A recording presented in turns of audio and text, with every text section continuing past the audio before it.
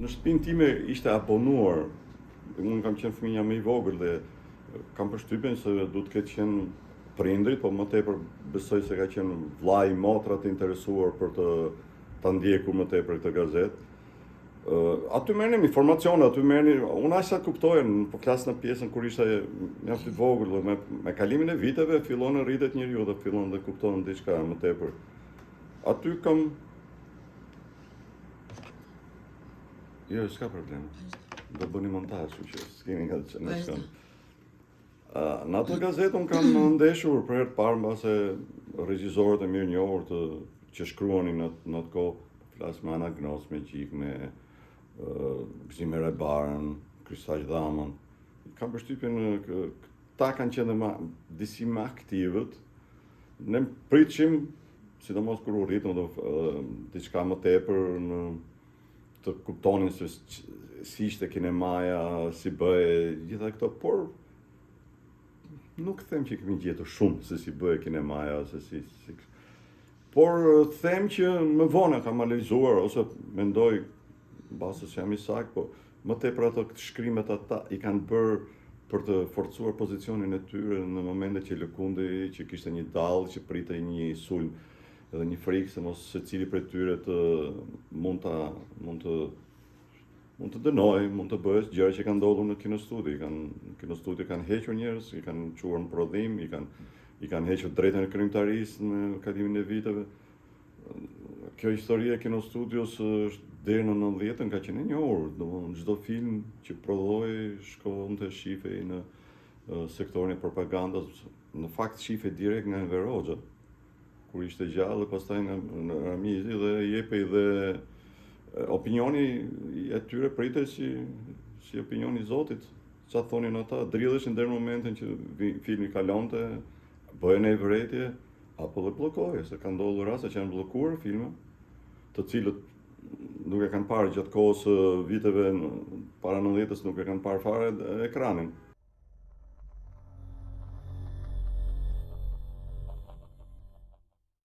Shko, njeriu është njeri, nuk është një robot që i programohet dhe bën këtë gjë kështu dhe do ta bëj kështu gjithë jetën. Normalisht në bazë të lëvizjes së luftës klasave që herë ngri herë ulej, po asnjëherë nuk zhdukej, ka qenë parull kjo e Kosovës. Edhe autocensura merrte këtë lëvizje, domethënë kam përshtypjen që këtu s'ishte thjesht një autocensurë, po ishte një frikë. Ishte frikë, se mund të haje, mund të Edhe kjo e bënte që të ishin shumë të kontrolluar brenda një lloj, si thua, një diçka e pranueshme nga dy palët. Ata që kanë gjetur dot ekuilibrin që edhe ta pëlqenin ata të cilët ishin paredhënësi, domethënë shteti në këtë rast, edhe pëlqej edhe nga publiku. Prandaj dhe filmat tanë janë mjaft politik, janë shumë rracor, se po t'i shohësh atje Priftin, gjitha këto janë të dënuar sikur kleri ka qenë armiku më i madh i popullit, të gjithë klerikët të bashkuar me fashizmin e me nazizmin e tradhtare, gjithë po t'i shohësh në filmat tanë janë të kësaj pak a shumë. Kleri musliman dhe kleri katolik akoma më tepër. Absolutisht falsifikim i historisë. Absolutisht. Ka të mirë të këqij, unë nuk po dal në mbrojtje të asnjërit as tjetrit, po të tërë kështu, të tërë ashtu s'ka. Na dalin heroj ignorant. Flasin me profesorët që kanë marrë jashtë shtetit, që janë kështu edhe dalin janë më të mençur, më të ditur, më të kështu që as manifestin komunist nuk e kishin lexuar, se ishin tamam atë kohë. Kështu që kjo është falsifikim pa diskutimi me historisë. Por kanë funksionuar, në kohën kanë funksionuar, duheshin sepse nuk kishte edhe dritare tjetër nga të shifnin e filmin, sidomos mas viteve 74, 75, një gjë e tillë, u bllokuan dhe mundësitë për të parë që të shifim diçka të raj, pastaj vetëm këto shifej, ç'do të bëj. Dhe ky është edhe arsyeja që u bën 14 filma për plotësuar orarët që të kishin nga një film çdo natë, apo sallat e kinemave të kishin film shqiptar, se ishin bosh. Kjo është një arsye, domethënë nuk kishte filma të tjerë të cilët plotësonin kriteret që donte partia dhe filluan të prodhojnë me një sforcim shumë të madh. 14 filma kanë qenë shumë për kinostudion. Mendoj që po. Domethënë ishte dy anë, edhe censurën që kishin shtetërore, edhe autocensurën që kishin veten se mos gabonin, edhe kohën e pak të meditimit e për ta përmirësuar ose për dhënë një cilësi më të lartë artistike. Çdo vit nga një film është një periudhë shumë e madhe, po ti shohësh kinasët tanë, një pjesë e tyre kanë 20-30 filma. Është shumë për një studio që ishte kështu. Se mund të flasim, ka gjini sot që edhe në botë kanë bërë vit për vit filma, kanë sasi shumë të madhe, po infrastruktura e tyre funksionon atë formë sa i bën vetëm punën në regjisorit dhe nuk ka asnjë marak tjetër, kurse tek ne s'ka qenë kështu, edhe nuk është akoma kështu. Regjisori është shumë i ngarkuar në produksion, qoftë në xhirimin dhe qoftë në post-produksion, është i ngarkuar realisht me detyra fizike.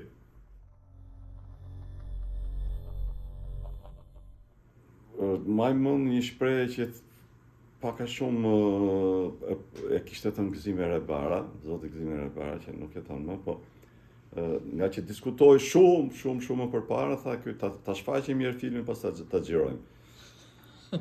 Pra, kalonte filmi me shumë filtra që në një këshill artistik, korrigjoi, caktoi një redaktor mbikëqyrës i filmit, i cili kishte anë të mira të këqija, sepse rregullonte në një kuptim edhe tekstin, edhe shtonte skena, ndihmonte, nuk po them, po nga ana tjetër ishte përgjegjësi kryesor për të qenë i partishmërisë së lartë filmi, vepra që do prodhohej. Dhe kjo ndikonte shumë, nuk, domethënë në një kuptim e ishte njëri shumë i fuqishëm në prodhimin e filmit, redaktori. Po flasit o mos të krijuesit të cilët nuk kishin veton, në një kuptim, sepse disa krijues e kishin krijuar të pozicionës që nuk redaktorët ishin të kufizuar në ndërhyrjen e tyre. Por tek shumë krijues të tjerë, redaktorët kishin një gamë të madhe, hapësirë të madhe, veprimi për të filmin që vinte, edhe përgjegjësia. Kështu që kalonte në këto filtrat që ishin para prodhimit, para se të shfaqej filmi, për kolektivin, po flas brenda për brenda. Filmi e shifshin një herë këto udhëheqësit e kinostudios, bëshin vërejtjet e tyre, duhet të rishigjoheshin vërejtjet e tyre. Pastaj filmi shkonte në blog, ku e shifte deri në sa i kishte mundësi, e ka parë vetë Enver Hoxha, pastaj Ramiz Alia, ose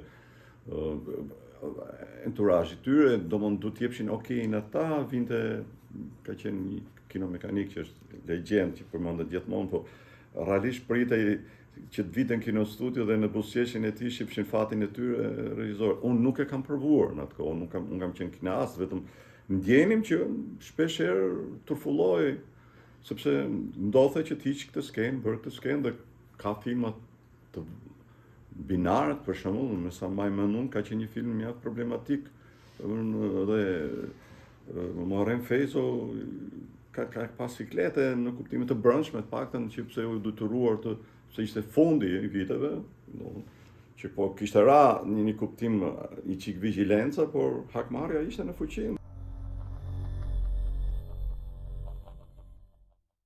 Unë për nevojat kinostudios, rreth fundit të viteve 80, filluan regjisorët e moshuar të mos kenë as energjinë, as dëshirën, as fuqinë e duhur për të prodhuar, dhe u pa si e domosdoshme të zëvendësoheshin, të gjendeshin disa kuadër të ri, dhe një prej tyre më përzgjollën dhe mua që të vazhdoj shkollën, kam bërë një shkollë 2 vjeçare pas universitar për kinema. Edhe ne erdhëm pastaj me fatin, bashkë me mbarimin e shkollës, ne erdhëm dhe në një kineman e lirë që nuk ishim në censur, ishim të pazotët ose të zotët për prodhuar, po jo se kishim pengesa. Pengesat kryesore të filmit pak në deri në vitin 2000 sa kanë qenë. Edhe sot vazhdojnë, po ka qenë ana ekonomike. Kurse sot kemi po kalojmë nga një kështu, sot kemi një trusni tjetër, domethënë që filmi shqiptar po heq identitetin e vet, sipas meje, gjithmonë. Po mundohet filmi shqiptar, po mundohet të bëhet film globalist. Kjo ka anë të mirë mbase, sepse mund gjej një treg më të gjerë, gjë që unë mendoj që jo, nuk është e vërtet. Ne jemi interesant që ose çojmë një kinema tonën, me një gjuhë tonën sot, me një problemet tona siç i kemi, edhe jo me problemet tona siç i shohin ata. Nuk e kisha. Se para në... Shiko, ka një moment censure dhe tek unë. Mbrojtja e diplomës, unë kam bërë një film me trash të gjatë, kam mbrojtur diplomën, bashkë me Gregor Stavri, ka qenë film njerëz në rrymë. Dhe po ta shikosh atë film, ai film është propagandistik, që është prodhuar në 89-ën. Absolutisht ne mund të kemi element më liberal brenda, sepse edhe koha ishte bërë disi më liberale, por filmi përcjell idetë edhe mendimet që i kishte udhëheqin atë kohë. I kishte udhëheqin atë kohë, nuk është pra plakja e, ose si thua, mbetja mbrape në kohë e brezit të luftës, në domosdoshmëria për të ardhur një brez tjetër për të udhëhequr vendin, po një brez tjetër po komunist, pra një pikpamje, është problemi kryesor në atë film që kam bërë. Ka pas autocensurë. O të mund këtë pas censurë, jo autocensurë, sepse na janë hequr skena. Na janë hequr skena të cilat ne kishim një frymë liberale, kishim një puthje, kishim një gjë. Por, shiko, edhe ne u bëm si njerëz të kufizuar një kuptim. Bëm si njerëz të kufizuar. Duhet të mendoshim, të veproshim siç donin ata që të vazhdonim, që do bëjmë. Po kur bëre filmin tënd pastaj? Kurse Zemra e Nënës është filmi im, që unë e quaj shpesher filmi im i parë, sepse e kam bërë si kam dashur unë. Nuk kam pas asnjë gjë, vështirësi të tjera, prodhimi, sepse ishim në tranzicion, askush se kishte mendjen për film. Ka qenë një periudhë që ne kemi gjuar planin, domethënë planin me kundër planin që mund kishte 3 javë diferencë, 1 muaj.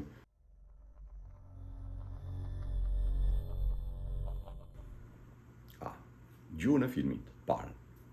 Është një gjuhë filmi tjetër, e pa përdorur deri në atë kohë në kineman shqiptar. Është një gjuhë që përzihen brenda realizmin magjik me realizmin edhe që bie ndesh me realizmin socialist që kishin prodhuar filmin. Domethënë që është kryesorja. Tematika që kishim zgjedhur, braktisja e nënës, e Shqipërisë, e gjitha gjë është për ta shohësh, ka një simbolika, jo, domethënë diku një shtëpi e bukur e madhe që ngeli vetëm sepse njerëzit filluan të merren me jetën e tyre edhe harruan. Domethënë ka shumë probleme të cilat absolutisht nuk do ishin pranuar.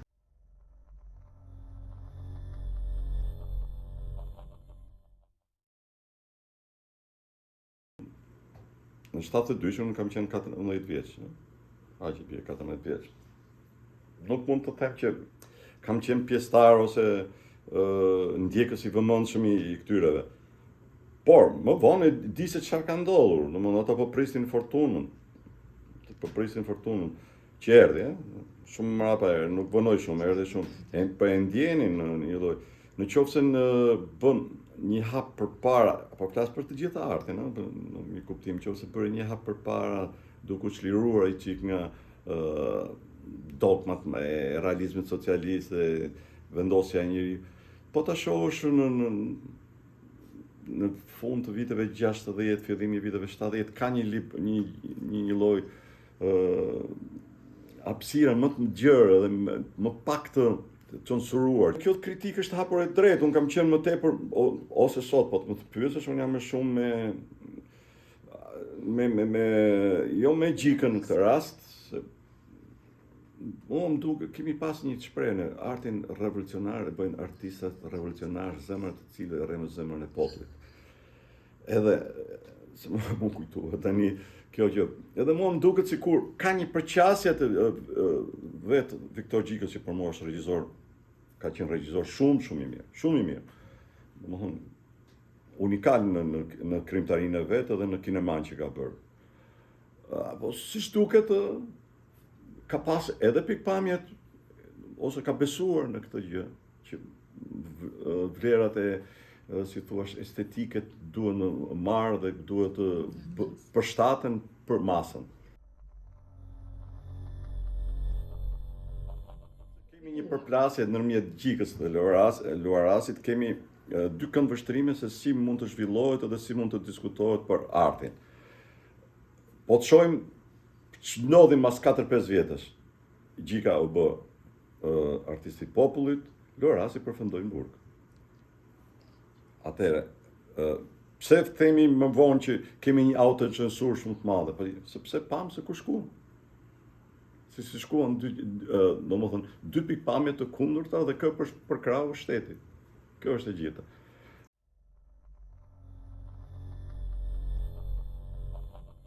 Filmi shqiptar më shumë gënjehet, si thonë pëlqejet, se sa pëlqejet. Të e bindur. Ne kemi fëmijët tanë. E shohim? Jo. Kurse ne që shohim një pjesë tjetës tonë që kemi pasur. Kjo është arsye.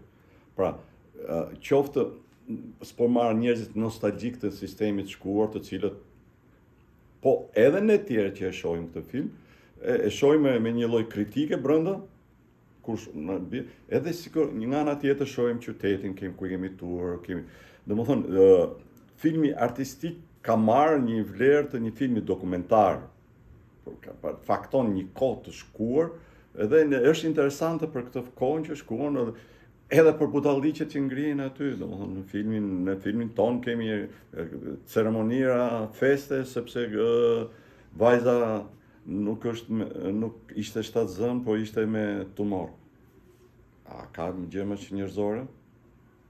Është një gjë e kohës, po ta shohësh.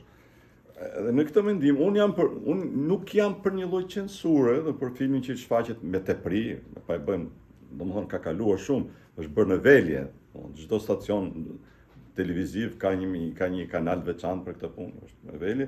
Edhe duhet parë se sa prej këtyre janë të shfaqshëm, sepse mbijnë kundërshtim me kushtetutën. Domethënë ne kemi racizëm, kemi antisemitizëm brenda, kemi gjëra të cilat ne kemi të ndaluar me kushtetutë.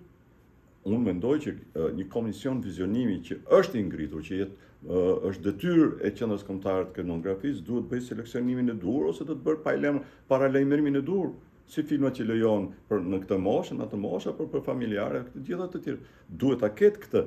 Problemi i kinemas sotme, kinemas tonë, sidomos që është një kinema e vogël, që ne bëjmë minimalisht 1 ose 2 filma në vit, po t'i shohësh mesatar s'bën më tepër filma metrazh gjatë, që kanë ose filma të shkurtër të cilat janë akoma në kufitë, ndërmjet filmin një studenti i cili pretendon që bëhet kineas dhe do thotë që bëj diçka me mashinë, që bëj diçka që ditë bëj film. Këto janë filma që prodhohen në Shqipëri.